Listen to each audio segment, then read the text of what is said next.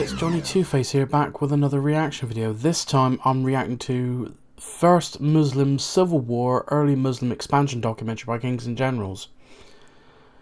Now, if you haven't seen my reactions to the other episodes in this series, I suggest you check that out before checking this one out. And I just want to quickly put a side note here that I'm watching in order of the playlist, but I did skip the video just after the last video I reacted. I did skip because it was just an hour and something highlight of what I've already reacted to in separate videos. So I've gone to this one after that video that already showcased for roughly an hour what I've already reacted to. So I've just gone straight to the First Muslim Civil War video in the playlist. But anyway, the usual disclaimer: when I react to anything historical, if I don't show so much what is considered a proper reaction, is probably obvious I don't know much about the subject at hand, and if I do know anything, I'll most likely pause the video to give my input or ask any curious questions, which hopefully will be answered in the comments. So, with that being said, the link to the original video will be in the description down below. Please go and subscribe to Kings and Generals, another amazing history channel here on YouTube. And if you haven't, and I probably already mentioned this, but please check out my other videos on this series before checking this one out. So let's get this up on screen, and yes, oh, captions on. In less than a generation, the young Muslim... I want to apologise if I butcher any of the names or sayings in this. Faith had gone from a niche religious movement in the Arabian desert to the greatest empire in Eurasia, accomplishing the unthinkable in crippling the ancient lineage of the Persians and seizing the extremely wealthy lands of Egypt and Syria, which belonged to the Byzantines, which are, well, or the other time they're known as the Eastern Roman Empire, but then eventually changed their name to the Byzantines, if you don't already know. Yet, as seen time and again, the larger empires grow, the more prone they grow to fracture. Thus, season and deal with various political infighting. Season 3 of our series on early Muslim expansion will begin with the fitness, the civil wars which saw internal turmoil engulf the massive caliphal realm. In those times, like Baghdad's House of Wisdom or the Great Library in Alexandria, got an easier way with the sponsor of our video, Blinkist. They condense non-fiction books into 15-minute explain. Ibn Affan. Feel free to check them out if you're interested. For the growing Rashidun Caliphate. The governor of Egypt, Abdullah ibn Sa'ad, had used the new standing navy of the Caliphate to secure a steady tribute from the island of Cyprus in which the former Caliph Umar was never in favour of. Sorry, I got a leg itch. The former Caliph Umar was never liked the idea of having a navy, because the first time the Muslims went to sea, it went disastrous for them, but now they seem to got the hang of it. And seem to be doing quite well, because they actually beat the Byzantine navy. 49, before defeating the Eastern Romans at sea in the Battle of the Masts. There you go. Meanwhile, the advancing armies of Anaf ibn Qais and Abdullah ibn Amr were making further headway into the rapidly crumbling Sassanid Empire. Yazdegerd III, last of the Persian King of Kings, had been reduced to little more than a fugitive, fleeing from city to city ahead of the conquerors. After the fall of Fars province between 649 and 6... That's the problem when empires that have been so successful long, when they crumble to be like something like this small, it's not just territory that they lose, it's influence and possibly purpose. 50. Attempts to raise support in first Kerman and then Sekistan each failed, with the governors of these provinces refusing to pay taxes to a destitute and powerless emperor or harbour him from the advancing Arabs. Finally withdrawing to Merv, he made a last-ditch effort to stem the tide by appealing to his allies among the Hephthalite principalities. Some soldiers were indeed sent to support him, but they would never see battle against the Arabs. Unwilling to continue throwing away lives in a hopeless war after the desertion or surrender of Yezdegerd's vassals, his last general, Farrukhzad, abandoned him in 651, with Merv's governor, Mahuisuri, turning against him as well shortly after. With his last supporters defeated by Suri's own Hephthalite allies, the King of Kings finally met his end, hiding in the home of a humble miller outside Merv, murdered for his jewelry. Wow. While local resistance would continue into That is just some painful irony there. Once a mighty emperor of the Persian Sassanid Empire, then murdered by by the sounds of it, by common thieves who want to steal his jewelry. That is real. It's some weird irony there for some reason. But then again, I'm probably looking at this from a weird way, so feel free to ignore that if you don't want to. The once great Sassanid Empire had ceased to exist, its dynasty continuing only through a family of exiles taking refuge in China. But for all the military victories of the Caliphate during Uthman's 12-year reign, its domestic policies would soon beget internal turmoil for the young and rapidly expanding state. The aging caliph's nepotism and... That's the problem when empires grow too fast from the get-go. They suffer much more quickly. Even though at the beginning they didn't go as fast under the first caliph, which I gotta check previous videos because I've forgotten who was the first caliph in the well, I'll just say under Muhammad. They did slow down at the beginning to consolidate their power, but I suppose at this point I'm guessing they were expanding way too rapidly. Because the only place where I've seen them have any real trouble is against the Nubians down here, thanks to their most famous archers, the Archers of Eyes. I think that's what they were called. Whoops, didn't mean to do that. Unpopular economic policies created growing opposition to his rule from various strands of society. During Umar's reign, laws had been set in place forbidding Arab soldiers from buying land in conquered territories, keeping soldiers strictly separated from local populations, both to prevent foreign influences on the faith of his victorious armies, and to protect the property of the conquered. Under Uthman, these restrictions were removed, causing many soldiers in the Caliphate's armies to buy up huge tracts of land in Syria and Iraq, in some cases abusing their power and authority in order to drive inhabitants out and resell the same land at large profits, creating a new... feel free to answer in the comments, out of these two, who would you still prefer the Caliph Umar or Caliph Uthman? Feel free to answer that in the comments. Class of wealthy ex-soldiers establishing lavish estates across the Caliphate. This new taste for luxury among the conquerors drove up taxes and created great resentment among both non-Muslims and non-Arab converts. Mind you, saying that, I think the Romans did something similar with their conquered territories. You know, buying up swathes of land, even though most of the time during them, every nation that's had empires has done pretty much something similar. On top of economic friction, Uthman also created for himself a theological controversy through his creation of a unified official version of the Quran. Prior to this, the ad hoc nature by which the Prophet's revelations were recorded and transmitted by his closest companions meant that many Qurans had minor variations in the text from one to the next, undermining a faith based on an eternal and infallible word of God. To correct this, Uthman had a gathering of religious scholars determine the canon account of the Prophet's words, gathering and burning as many of the variant Qurans as possible.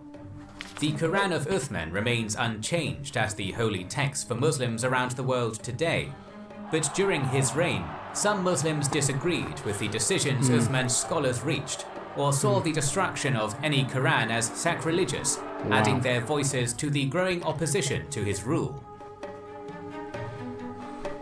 The long-simmering resentment against Caliph Uthman boiled into open rebellion in 656.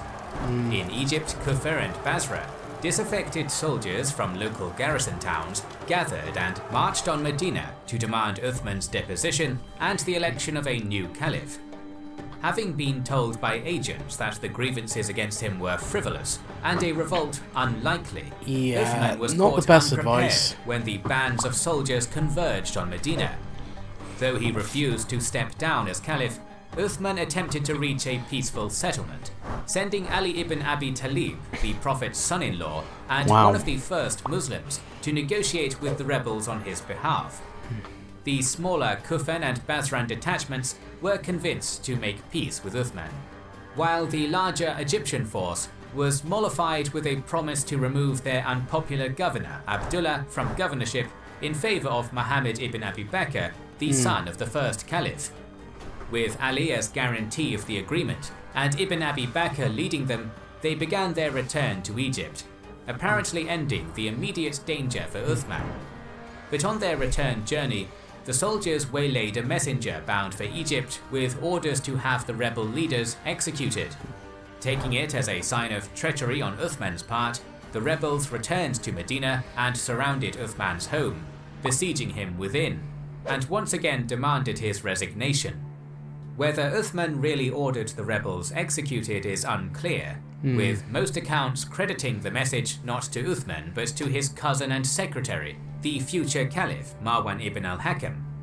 Whatever the truth of the matter, the rebels cut off water to Uthman's house and gave increasingly threatening demands for his abdication, until one of Marwan's servants slew one of the rebel spokesmen with a stone from the balcony on June 16th, making a bloody end to the affair, all but inevitable. Abandoned by most of his Umayyad clan, with the Iraqi rebels and notables of Medina remaining neutral, Uthman ordered his remaining defenders to stand down in hopes of avoiding bloodshed between Muslims when the rebels attacked the house the following day. Regardless, I think this civil unrest happens within every religion, because, I mean, you think about it, Christians, Jews, Muslims, they've all been slaying each other for years throughout history. And it just happens within every faith.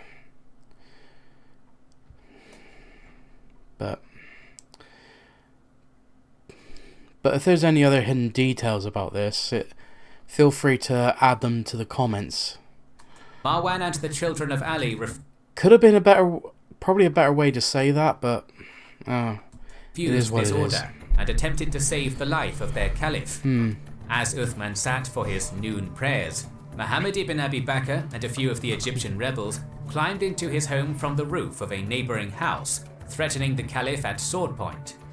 Though accounts differ on the specific events, and on Abi Bakr's role in particular, the final outcome was the same. Uthman was the first caliph to be murdered by his fellow Muslims, an event that would shake the Muslim world to its core. Following the murder, the rebel bands effectively controlled Medina, and under their influence, particularly the Iraqis, Ali was elevated to the role of caliph. As the Prophet's son-in-law and one of the major candidates in the previous election, Ali seemed a safe and popular choice. However, his reign would be saddled with the scandal of Uthman's murder, and demands for justice placed the new caliph in a difficult position. Given Ali's efforts to defuse the rebellion, and the injuries his own son Hassan suffered in Uthman's defense, it is incredibly unlikely he had any role in his predecessor's murder. But many of the rebels who had opposed Uthman were now his most important supporters, so punishing them would have alienated his power base and potentially led to his own demise. Stuck in a trap, Ali allowed Uthman's murder to go unpunished. Or as a lot of people, me and a lot of people I know say, caught in a catch-22 situation.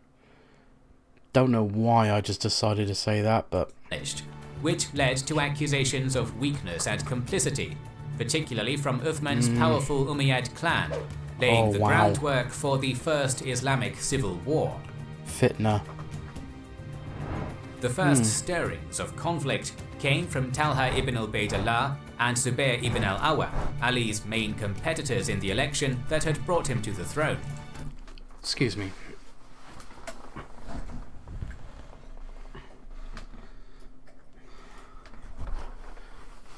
Sorry, just switching on my fan, so I apologise if it picks up on the microphone. It's just really warm here. It's really warm where I am. The two had fought alongside Ali as comrades. But despite Talha's own previous opposition to Uthman, they had been among the most vocal for action against the rebels, and were quick to make common cause with another of Ali's detractors, Aisha, the widow of the Prophet himself, with Aisha as the unifying spiritual figurehead of the rebellion. Funding from numerous Umayyad governors deposed by Ali at the beginning of his reign, and several prominent Muslim leaders, including Marwan and the murdered caliph's son, Aban ibn Uthman, flocking to her banner, Aisha's rebel army represented a significant challenge to Ali's leadership. Unfortunately for the so-called Mother of the Faithful, a number of crucial mistakes would undermine her cause. Just out of curiosity, would Muslims nowadays think of Aisha as the Mother of Faith, or would that be kind of like sort of a heresy?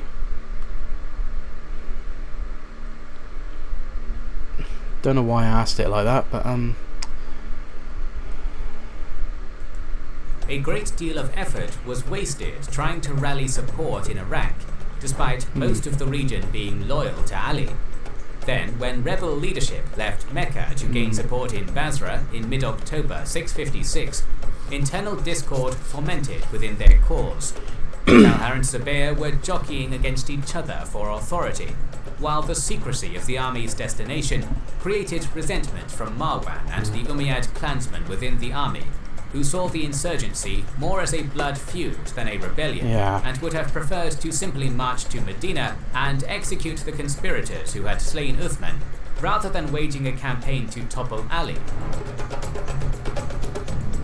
The anti-Ali movement was dealt another blow in December, when Aisha and her followers arrived in Basra.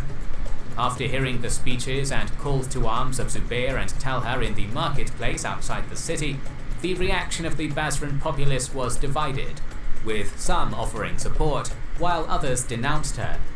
The first fighting of her rebellion occurred immediately after, when numerous market-goers loyal to Aisha or Ali began to scrap in the marketplace and strike each other with the soles of their shoes. More important than any marketplace brawl, however, was the response of Basra's governor, Uthman ibn Hanif, who remained loyal to Ali. However, reluctant to bring bloodshed to his city, he allowed the rebels to camp the night while he waited for word from Ali, who was now on his way from Medina. A message from the Caliph soon arrived. Anyone wonder what this is? It's a back... It should be obvious, but it's a back scratcher. So... instructing Ibn Hanif to give the rebels an ultimatum of loyalty to Ali or warfare. But by then, Aisha's army had already managed to entrench themselves in a defensible camp near the local garrison's storehouse.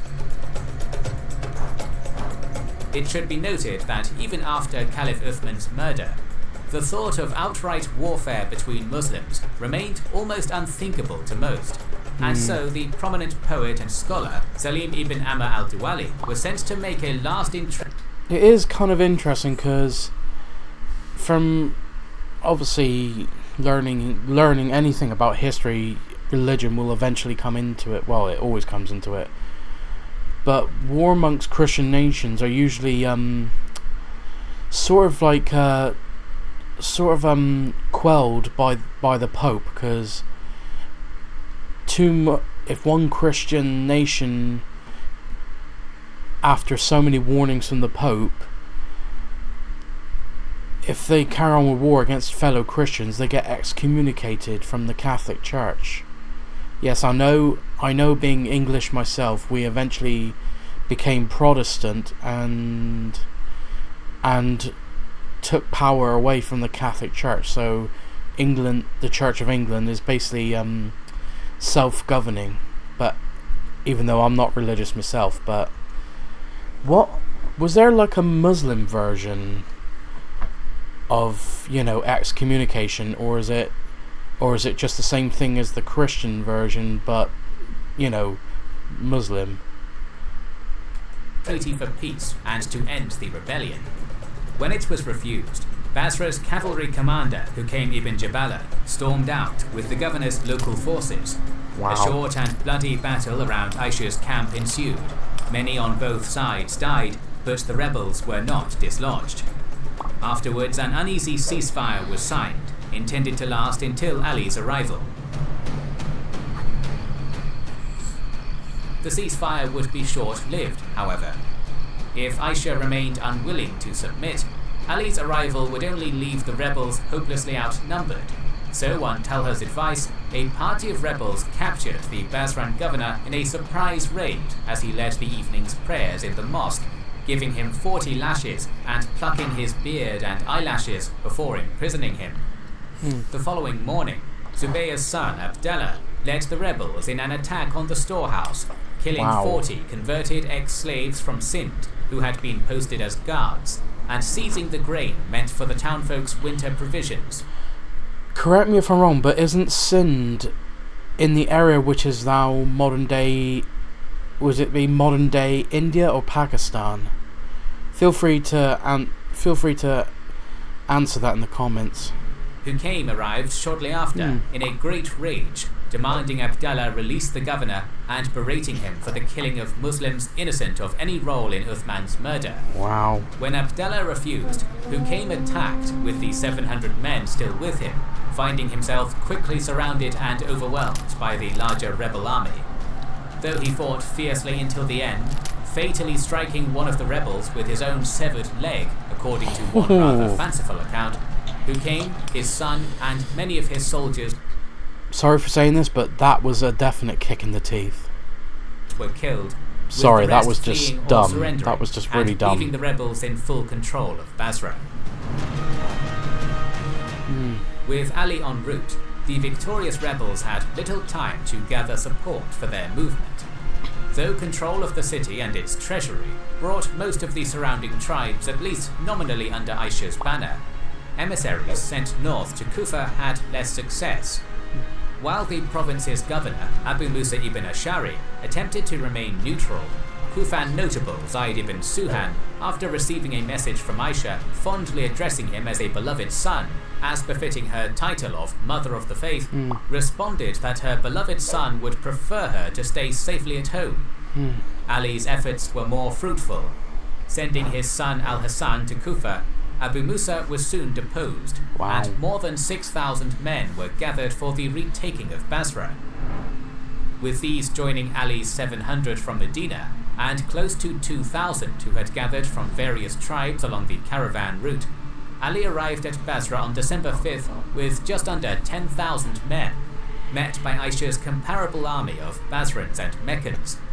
After 3 days of standoff and attempts to sway the Basran tribes, a horseman was sent between the armies by Ali with a Quran at the end of his lance to exhort both sides to an honourable combat. When he fell dead, pierced by arrows, battle was joined, and the two cavalry-heavy armies came crashing together like thunder.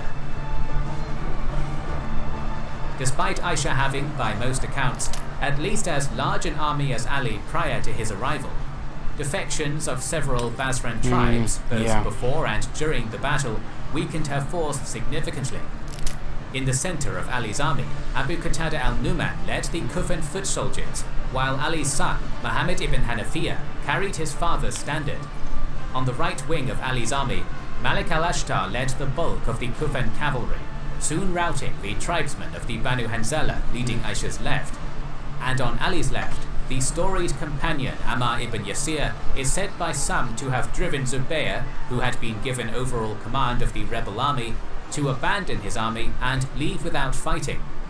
Zubayr's desertion is a matter of some mystery. Wow. Despite his past victories and talent as a commander, all accounts agree he abandoned his army and retreated very early in the battle, though there are a variety of reasons given. Some suggest that secret correspondence from Ali convinced him he had taken the wrong path, or that the Prophet had once said that Ammar would die at the hands of a band of wicked men, leading Zubayr to question his role when the two came face to face on the battlefield. Others point to Aisha's refusal to acclaim him as caliph on the eve of the battle, suggesting that she favoured Talha and that Zubayr's role in the rebellion had been a self-serving grab for the throne. Either way, his desertion left Talha to take command of a rapidly worsening situation. Leading a strong force of Basran cavalry, he made a number of charges against Ali's left. Again, the problem of every empire: politics. And center, corruption in politics. At first with great success, but once Ali's right wing punched through his lines, he found his mobile cavalry bogged down and risking envelopment. Turning about to withdraw and regroup for another charge, he was mortally wounded by an arrow to the back of his knee, not at the hands of Ali's forces, but of his supposed ally Marwan, apparently as a spiteful act of vengeance for Talha's opposition to Uthman, now that their alliance to punish Ali and Uthman's murderers had come to naught. After firing the treacherous shot, Marwan was taken prisoner by Ali's victorious forces, while Aisha's leaderless forces collapsed. Named the Battle of the Camel after the camel Aisha had observed her defeat from the back of, this climactic battle in Basra had ended the first major challenge to Ali's caliphate, though further conflict remained ahead. Various figures are given for the casualties, with generally accepted figures hovering around 400 for Ali's army and 2,500 for Aisha's, the latter number being particularly high given that Ali pardoned all but one of the prisoners taken after the battle, but still plausible given the accounts of many rebels fighting on long after the army had fallen into disarray and defeat out of zealous devotion to Aisha. Of the three rebel leaders, only Aisha survived the battle and its aftermath, being escorted back to Medina by her brother Muhammad ibn Abi Bakr, where she would live her days out in comfort, but with her political activity greatly curtailed. Zubayr was found shortly after the battle's end by a trio of tribesmen and murdered while apparently trying to escape to his ally Muawiyah, the governor of Syria. The new caliph had triumphed in the first test of his rule, but Ali's throne would not remain secure for long. Scratching my leg with this. In this series' next episode, rebellion will engulf the caliphate once more, as internal turmoil becomes a grim new norm in the Islamic world. Season 3 of the early Muslim conquests will continue soon, so make sure you are subscribed and have pressed the bell button to see it. Please consider like. And that'll do it. This has been another interesting video from Kings and Generals. So there's not much more to add. So if you like this reaction, please like, comment and subscribe, and I'll see you in the next video.